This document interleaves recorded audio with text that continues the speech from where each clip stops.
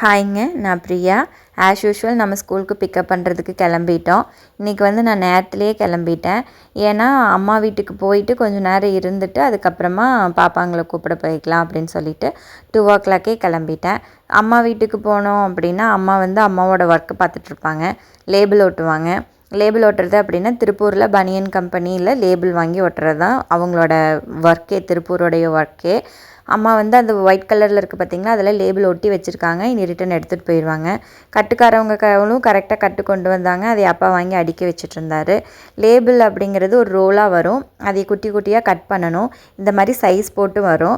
அந்த லேபிளை எடுத்து அங்கே பசை வச்சுருக்காங்க பார்த்திங்களா, அந்த பசையில் தொட்டு இந்த மாதிரி பீஸில் அமுத்தணும் அப்படின்னா அது வந்து நின்றுக்கும்.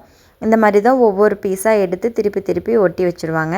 இனி இந்த டஜன் எடுத்துகிட்டு போய் அவங்க கம்பெனியில் தைச்சிப்பாங்க. இது ஒட்டி முடிச்சிட்டாங்க அப்படின்னா அம்மா ஃப்ரீயாக இருப்பாங்க. அம்மாவுக்கு வந்து இது ஒரு டைம் பாஸ் கூட தான். அதனால் இன்ட்ரெஸ்ட்டாக வேலை செய்வாங்க. இன்னும் ஃபாஸ்ட்டாகவே செய்வாங்க. நான் வீடியோ எடுக்கிறனால ஸ்லோவாக செஞ்சிட்ருக்காங்க. அப்படியே அம்மா கிட்ட கொஞ்சம் நேரம் பேசிட்டு ஸ்கூலுக்கு டைம் ஆயிடுச்சுன்னு சொல்லிவிட்டு நானும் கிளம்பிட்டேன்.